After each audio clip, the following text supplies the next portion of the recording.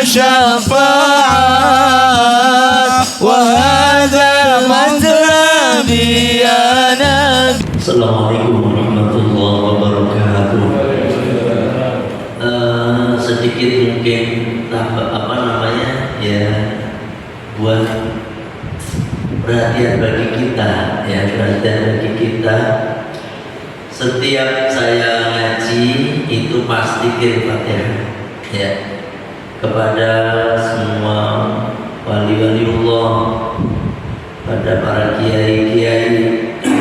Wabil khusus biasanya, bukan wabil khusus, termasuk Mbah Maimun Zubair.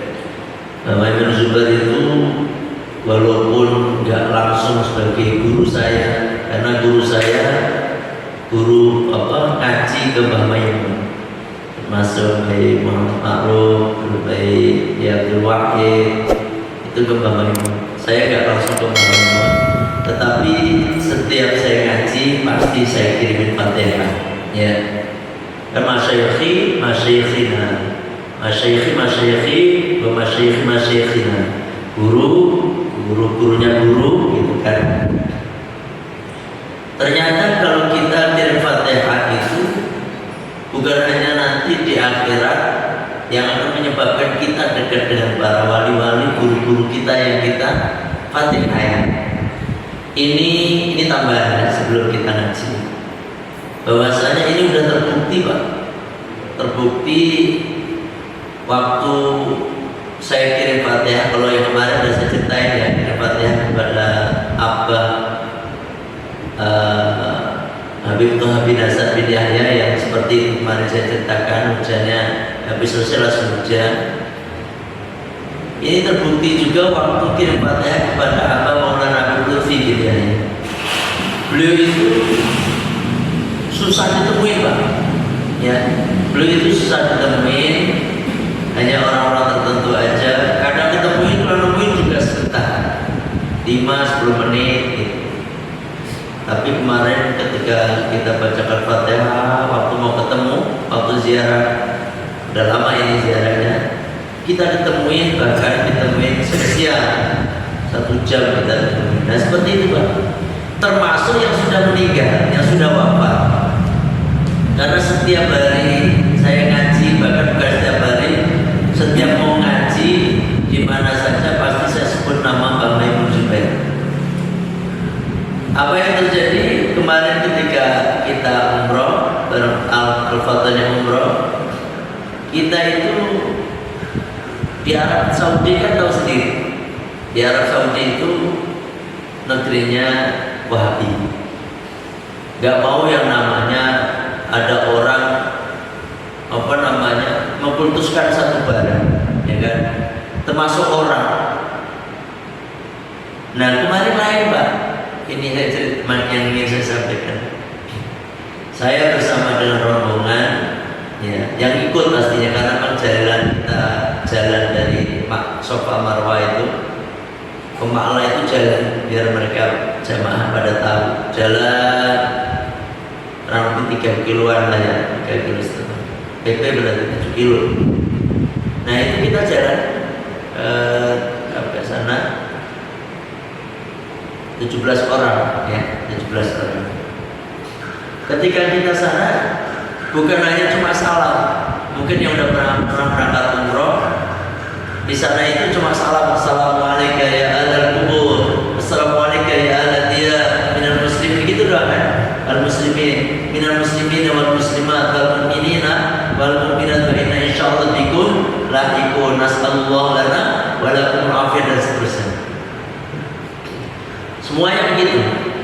Tapi karena keinginan kuat saya semoga bisa baca tahlil di depan makam Mbah Maimun, dari 17, bahkan bukan hanya 17, itu ditambah sama santrinya Mbah Maimun mungkin, itu kita baca tahlil, kirim Fatihah dari awal kajian Nabi ke Barawal, termasuk Mbah Maimun khusus, sampai baca tahlil. Gimana sih baca tahlil?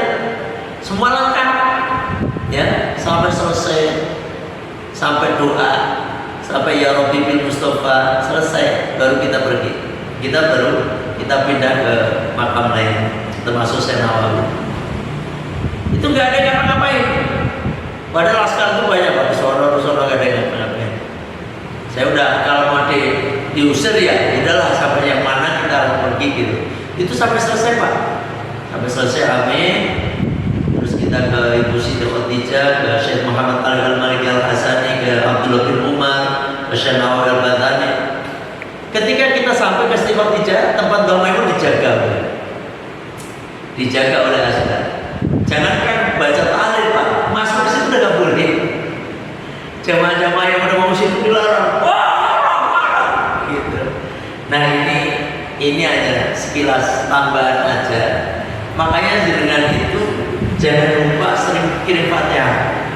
Ya, kirim Fatihah kepada para kiai, para ulama, para wali-waliullah.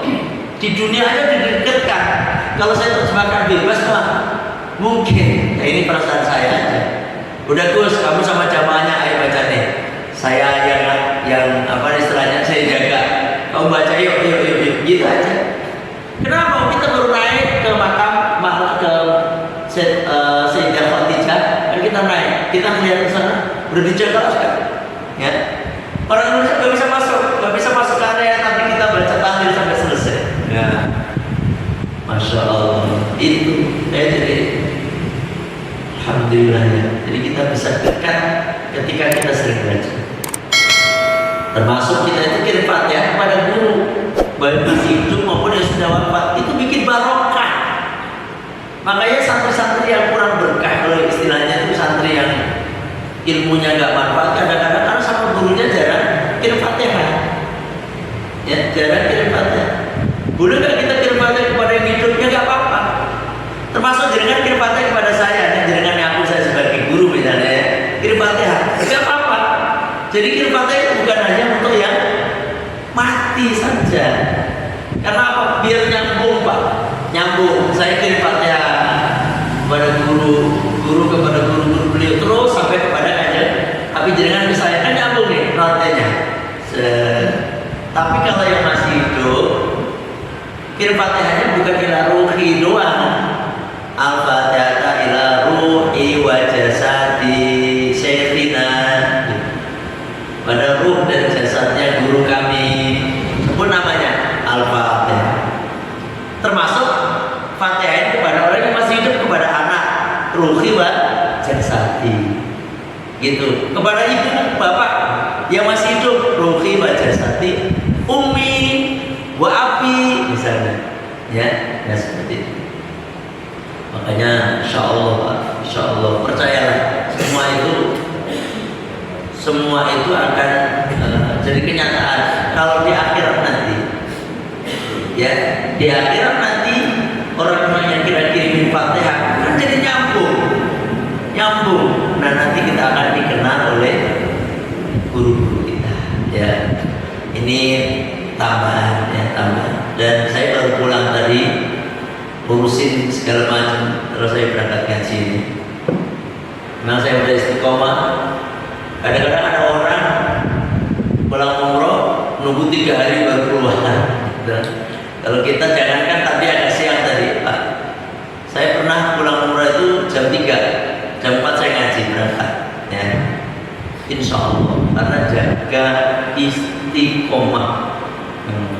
Makanya tadi Pak siapa yang biasa nge-share pengajian Pak Wario nge-share. Kau udah tahu saya udah di-share, baik. Padahal saya masih di Mekah itu, masih di sana. Ya, tapi Pak Wario mungkin udah pilih ngaji aja ngaji. Pak Mansur WA, masih di tanah suci. Ya insya Allah ngaji kita. Ya, itu aja ya. Kita sekarang lanjutkan ngaji kita. Kitabus Shayyidi, kemarin masalah jihad sudah selesai. Ya. Kitabus Shayyidi wa Dzabaihi. Kitab yang menjelaskan tentang hewan buruan atau masalah berburu, wadabaihi dan sembelihan, nyembelih. Harapannya apa Pak? Kalau berburu mungkin udah gak ada kali ya, udah zaman sekarang. Tapi paling paling tidak Bapak tahu hukumnya masalah buruan, hewan buruan. Dan yang paling utama adalah masalah sembelihan. Nyembelih ini Bapak tuh setelah ngaji ini bisa nyembelih. Paling tidak teorinya. Teorinya. Kalau Pak Ustadz Barnas, Pak Ustadz Abdul Rahim udah biasa nyembelih, gitu. Yang lainnya siapa yang nyembelih? Pak Alam udah nyembelih. Kambing belum juga. Ayam udah. Nyembelih itu jangan langsung sapi, Pak. Mentang-mentang saya nyuruh nyembelih sapi langsung sapi, ya. Paling tidak ayam dulu deh. Ayam sukses baru ke kambing. Kambing sukses baru ke sapi. Karena memang nyembelih itu nggak semuanya orang berani. Ada orang security, saya kan beberapa PT yang nyembelih saya gitu. Pada security itu kumisnya tebal, badannya gede. Saya kira ada apa? Udah disembelih belum? Emang kenapa Pak? Kalau udah disembelih saya mau melihat. Kalau udah disembelih saya mau melihat. Kalau udah disembelih, kalau belum disembelih takutnya kenapa? Ngeri. Padahal kumisnya tebal. Jadi kan lihat badannya benggring atau gede. Orang nyembelih itu butuh keberanian, ya. Jadi kitab yang menjelaskan tentang buruan, hewan buruan dan sesembelihan. Sebagaimana kata musonif Bama dan adapun hewan kudiro yang dikuasai ala zakatihi atas penyembelihannya. Fadzakat tubuh maka menyembelihnya hewan itu fi halqihi pada kerongkongannya, ya, pada kerongkongannya, walabatihi dan leher bagian bawahnya, dan lebat di bawahnya. Kalau ada hewan, ingat hewan itu tidak semuanya hewan bisa disembelih. Tidak semuanya hewan disembelih kemudian jadi halal. Di dalam syariat Islam, hewan-hewan yang bisa disembelih ditentukan, Pak. Enggak semuanya hewan disembelih kemudian jadi halal.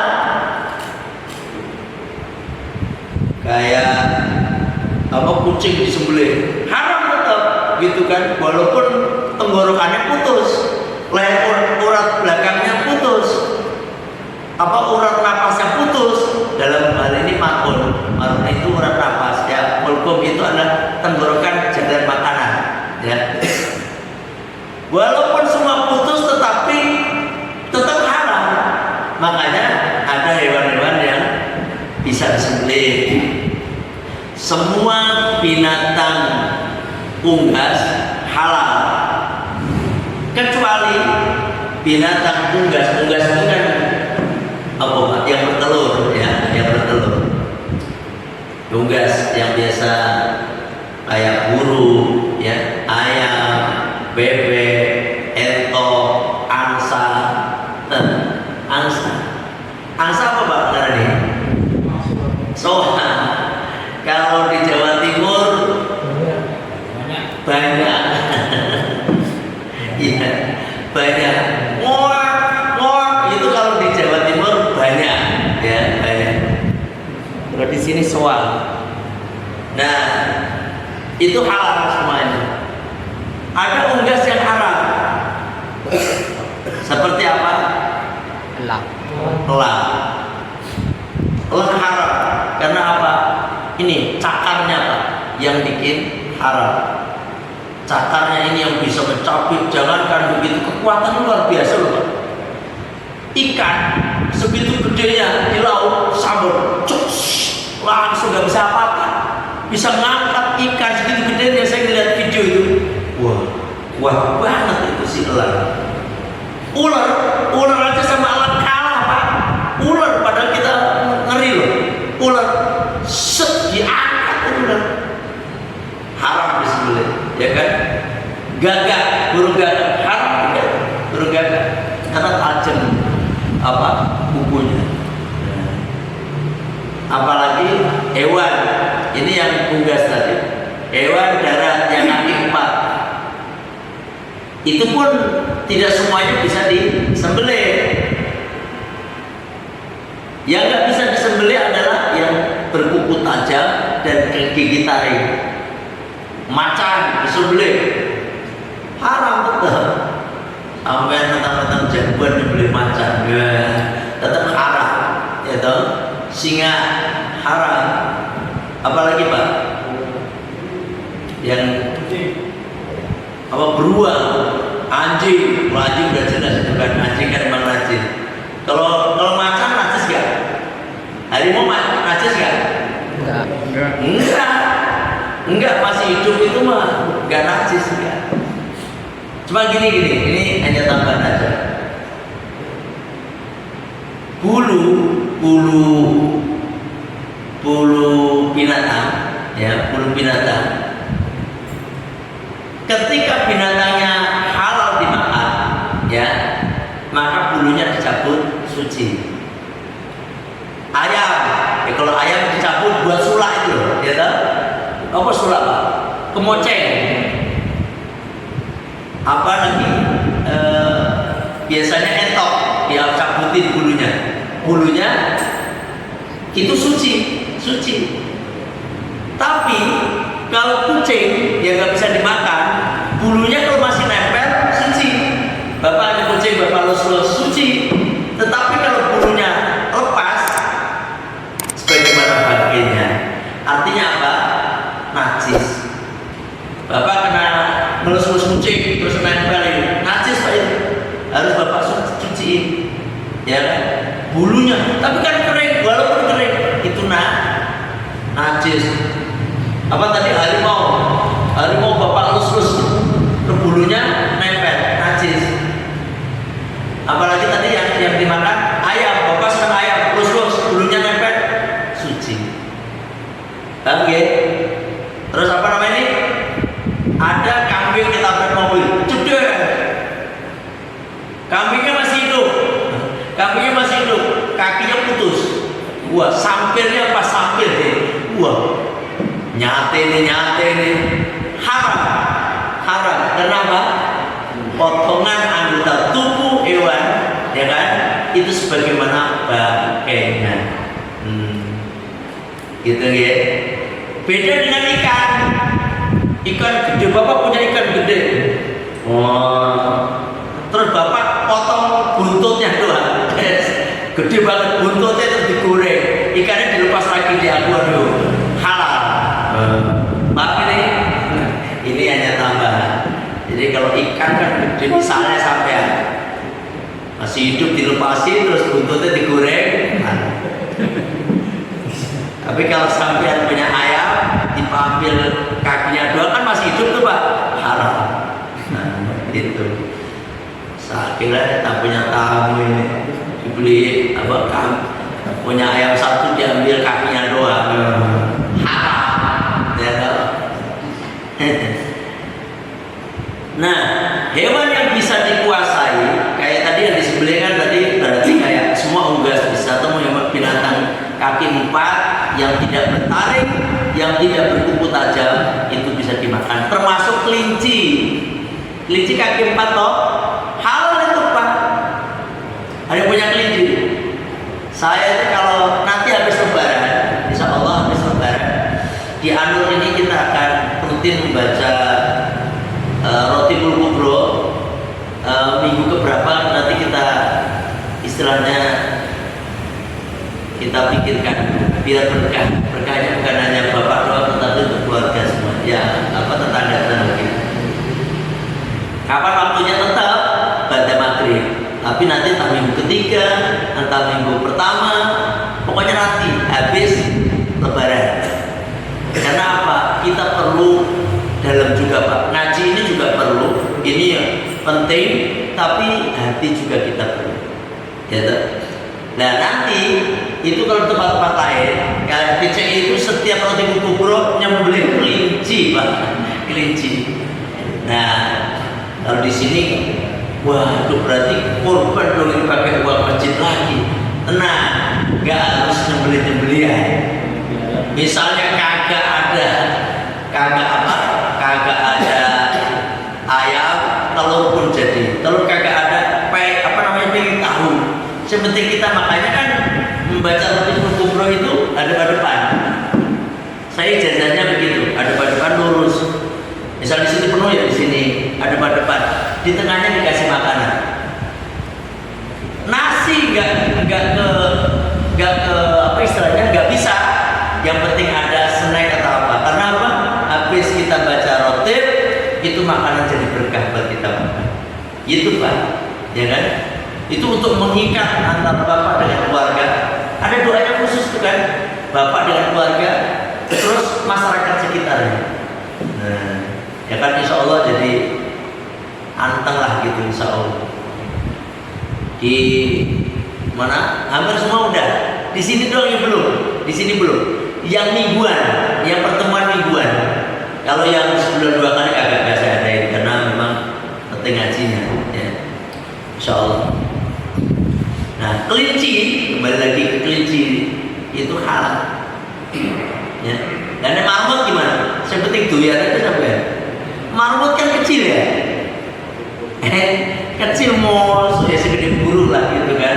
Tapi halal Pak, halal. Makannya apa? Makannya kan rumput kan. Siapa yang pernah makan kelinci itu? Kelinci? Belum pernah. Udah pernah? Di mana? Pesan. Ada di Alpatonnya itu ada jualan. Pesan di situ Pak? Enggak. Oh enggak. Di grup Alpatonnya jual beli itu ada yang jual sate kelinci, ya kan? Ada. Itu halal.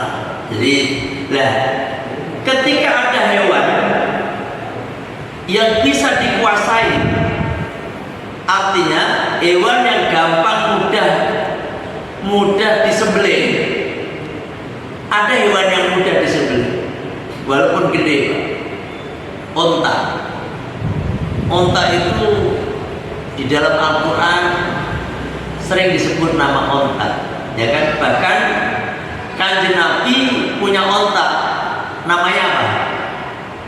Nama ontanya Kanjeng Nabi? Belum pernah dengar? Ya. Nama ontanya Kanjeng Nabi Al-Quswa, ya, Quswa. Kalau anjingnya, banyak tahu benar-benar. Kucingnya Kanjeng Nabi Muza, pakai Z, Muza, ya, bukan S. Kalau Musa Nabi Musa, Muza. Nah, hewan-hewan yang masih muda, ya sapi bisa kan, tapi kayak onta itu nyembelihnya tinggal, bahkan yang saya lihat itu kadang-kadang cuma dikasih kode Pak, yang nurut dikasih kode, kakinya dicek-cek gitu, dikasih kode, dia langsung kayak nangis ini gitu. Tapi kadang-kadang karena nyembelih onta itu nggak seperti nyembelih sapi harus taliin segala macam. Kalau onta kagak, Bapak nggak harus ke Arab kalau pengen lihat nyembelih onta. Lihat di YouTube. Itu pesonya cuma segini Pak, pesonya segini doang. Tekset gitu doang. Banyak onta, masya Allah. Dan anehnya onta, kalau sapi bisa disuruh gitu Pak. Yang nyembelih sapi gak pernah gitu. Onta kan cuma begitu. Set gitu doang. Lihat aja di YouTube deh, lihat sendiri. Nyembelih. Karena gini, onta kan lehernya panjang. Nyembelihnya di mana? Ini kan dadanya. Nyembelihnya di sini. Di kepalanya sini apa di sini? Di bawah. Ini tenggoknya sini Pak. Kalau di sini mah gak nyampe orangnya Pak. Ayo tenggokan sini. Itu ada pas layarnya di sini. Nah, itu tapi tajamnya luar biasa. Tajam. itu coba sapi bikin begitu, ngeri langsung bapak disunggar habis itu mah. Itu makanya kata Kiai saya Kiai Qurtubi memang hewan onta itu hewan surga, yang artinya bukan hewan surga ya karena saking nurutnya. Di dalam Al-Quran aja disebut. Gimana yang di dalam Al-Quran, apala yang duruna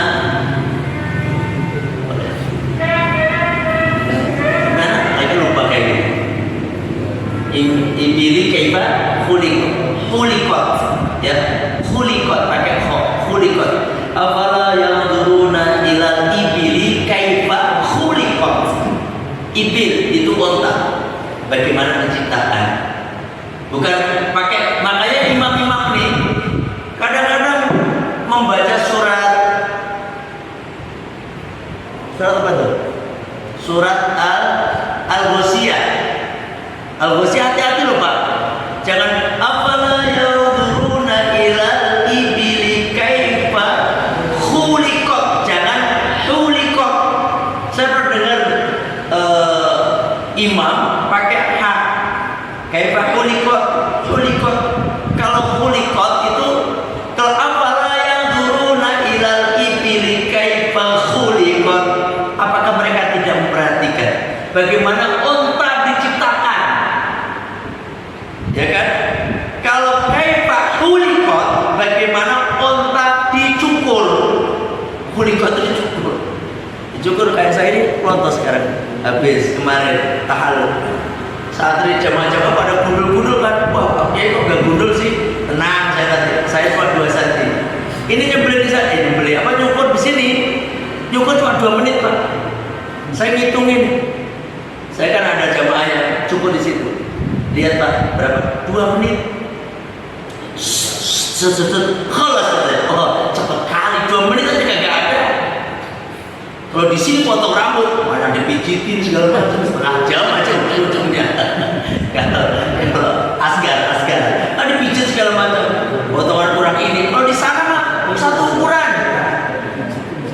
Gundul kalau nggak gundul 1 cm, 2 cm, ya kan? Itu dong. Ya udah berangkat tuh gimana ya? Cepet set, ya Allah. 10.000, 40.000 berarti. Kalau di sini setengah jam 20.000. Di sana udah berapa kepala apa ya di sana? 2 menit doang. Ya Allah. Nah, ya kan? Jadi jangan pakai kho, Pak Ustaz. Pakai kho. Kaifa khuliqat. Jangan sampai kaifa khuliqat. Kalau khuliqat berarti bagaimana unta dicukur. Dicukur priwe coba, ya kan? Nah ini. Kayak sapi, kerbau, halal semuanya, ya, kerbau, ontak yang mulai gede, ya, kuda, kuda itu juga halal. Ada yang pernah makan kuda? Daging kuda? Belum pernah? Udah pernah makan? Kuda? Di mana makannya? Di Sulawesi? Halal. Kijang, berapa? Itu semuanya halal. Bahasa kambing itu biri-biri. Beri-beri itu biri-biri. Kalau beri-beri mau penyakit itu, ya toh? Nah, ketika hewan yang bisa dikuasai cara penyembelihannya, wajib hukumnya nyembelih itu di kerongkongan, ya, di kerongkongan. Nah, ketika hewan wama lam yukda dan wama dan hewan lam yukda yang tidak bisa dikuasai, tidak mampu dikuasai ala zakati atas penyembelihannya, fadakatuhu akruhu haitsu qadra alaih, maka cara penyembelihannya akruhu yakni melukainya, ejarkuhu melukainya, kudiro alaihi sebagaimana Bapak mampu untuk melukainya tadi.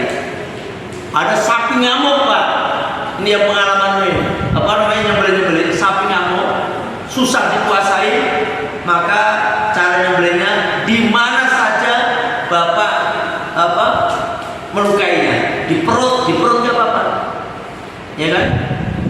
Saya pernah nyembelih sapi di Atoibah, tapi sekarang udah nggak pernah nyembelih. Saya nyembelih Atoibah kan 16 sapi, kemarin waktu saya haji nggak nyembelih, sebelumnya 16 sapi, 17 bahkan. Nah, entah 2 tahun atau 3 tahun yang lalu ya, sapi ngamuk. Saya udah feeling, di bawah itu udah feeling. Aduh, Pak, itu bisa diganti Pak. Tali kelongnya di kelong ini loh. Tali kelongnya kecil, terlalu kecil. Kalau itu gampang ganti agak gede, nanti ditarik aja. Itu nanti lepas. Udah enggak, itu yang bagian megang itu enggak, dia enggak apa-apa. Betul Pak. Sekali langsung lepas. Kalau sapi, kalau udah kelongnya lepas, susah untuk dikuasai. Udah ditali lepas, ini kelongnya lepas, udah berada. Itu yang patok lepas kabeh. Ini orang ngamuk lagi kan. Saya udah mikir gimana caranya. Saya kakinya mau saya hantam. Kaki Pak dengan gerakan cepat pastinya. Tuh, pasti dia roboh tuh. Udah roboh baru kita sembelih. Alhamdulillah. Fatihah lagi. Tuh difatihain. Makanya Fatihah itu bukan sembarangan Pak. Saya bilang, kan orang-orang panitia pada ngejar, udah, biarin, bismillah deh. Lalu kita doa aja. Ya Allah, itu kekuasaan Allah. Sering kayak begitu. Dia kan jalan ngamuk tuh Pak. Qadarullah itu tampar, dia muter, otomatis naliin dia sendiri Pak. Habis itu dia langsung jatuh berenang. Udah, langsung ditaliin. Nah, ya seperti itu. Ya kan, makanya sampai itu jenengan itu kalau menghadapi suatu permasalahan kirimin Fatihah aja. Ketika wa iyyaka nasta'in, minta kepada Allah. Ya karena betul wa iyyaka nasta'in, hadirkan Allah ke jenengan. Pasti ada pertolongan. Di sini pernah ada nggak sapi ngamuk? Belum ya? Kadang-kadang feeling. Kenapa ngamuk itu Pak? Saya udah pesan. Di Atoibah itu di belakang WC itu ada pohon banyak setannya. Jadi sapi itu kesurupan setan katanya. Iya. Bisa nggak sapi kesurupan setan? Bisa. Yo ngamuk. Akhirnya saya bilang kepada semua panitia, karena kadang-kadang rapat, tolong nanti kalau sapi datang tidak ada yang dicancang di dekat jambu, itu baru jambu Pak. Tapi sekarang jambunya udah masih ada apa enggak? Yang penting dari situ aja. Karena apa? Pak, itu kalau Bapak cancang di situ sapi, namanya juga sapi, kan nginjek-nginjek. Itu mungkin kadang-kadang ada anak jin yang diinjek. Nah, kalau ada anak jin yang keinjek nanti, itu emaknya yang turun tangan Pak. Kalau enggak Bapak yang turun tangan. Hati-hati. Kenapa sih kita ini nggak boleh buang air panas sembarangan? Karena apa? Takut ada anak jin yang kena air panas. Itu ada di mana? Orang sehat ada. Ini cerita mbah saya, mbah adiknya mbah saya, mbah Lambung dah. Sekarang ada di saya. Itu pada sehat lagi kehadiran di Rojaban, program maulidan. Itu ada tanah kuburan dijual. Yang gergaji semua kan pada mati Pak. Yang potong itu loh, karena tanah kuburan, apa namanya, pohon kuburan. Digergaji, yang gergaji pada mati, yang nyuruh mati. Nah otomatis itu tanah kayu-kayu itu ada kayu yang dipakai di masjid, digentekin dekat masjid itu. Waktu hadiran maulidan dia dudukin kayu itu, ketika dudukin pulang langsung gila, nggak bisa diobatin. Dukun se-Jawa Timur udah dikerahin, kagak dia bisa ngobatin. Nah, akhirnya dia meninggal sendiri. Meninggal karena dia nyemplung ke kali orang gila tadi, dia jadi gila. Padahal sehat loh, Pak. Ini bukannya dengan percaya loh. Ini kau kayak ceritanya. Itu rumah dia pengen bunuh diri aja. Ujung-ujungnya apa? Bisa bunuh diri. Ngomong sama suami ini perempuan, Pak. Ngomong sama suaminya, Mas, musola sama Mas. Ini rumah udah dipati semua, dipaku apa pintu-pintu dipaku mati. Karena dianggapnya nggak apa-apa, masa ini berangkat sholat maghrib. Maghrib dia congkel, udah gerakan setan, Pak. Habis itu pas kali banjir dia nyemplung kali banjir. Setelah kali banjir nyemplung, bisa dicerahkan 4 hari nggak ketemu nyasar, itu jadi hantu. Saya tadinya nggak percaya, Pak. Ini hantu, nangis hampir 40 hari. Mengerikan juga di sini. Itu kuburan nangis ada. Orang setiap lewat kuburan dengar, Pak. Sampai yang juru kunci kuburan mundurkan diri jadi juru kunci dia. Di bidang ini di luar tema ini. Makanya hati-hati, Pak, di kuburan itu Bapak jangan asal minjem, ya, jangan asal minjem kayu dan segala macam. Itu sampai juru kunci ngomong dia nggak nampak tapi nangis tiap malam, semalam dari maghrib sampai subuh. Semua orang kedengeran yang dekat rumah. Ini bukan hoak, Pak. Kalau jangan nggak percaya, tanyain mbak saya di situ. Mbak saya seorang pemberani. Gara-gara itu udah gak takut lagi semuanya. Di desa Jeru setiap habis maghrib, gara-gara yang mati yang disusupin tadi, Pak, selama 40 hari nggak ada yang berani keluar dari rumah. Ini kisah nyata. Makanya Bapak kalau di kuburan baca ayat kursi kayak apa? Jangan asal duduk aja. Bisa jadi pas dengan duduk itu anak jin lagi, anak setan lagi berjin lagi, Pak, lagi tidur nyenyak begitu, Bapak bisa suruh. Ya, ini di luar tema. Kalau ngaji sama kadang-kadang di luar tema, Bapak biar pengalaman di luar tema pun ada pelajaran. Ya, hanya di mana saja Bapak yang beli misalnya pakai tombak gitu, perutnya cus tembus pas mati, halal, ya, halal.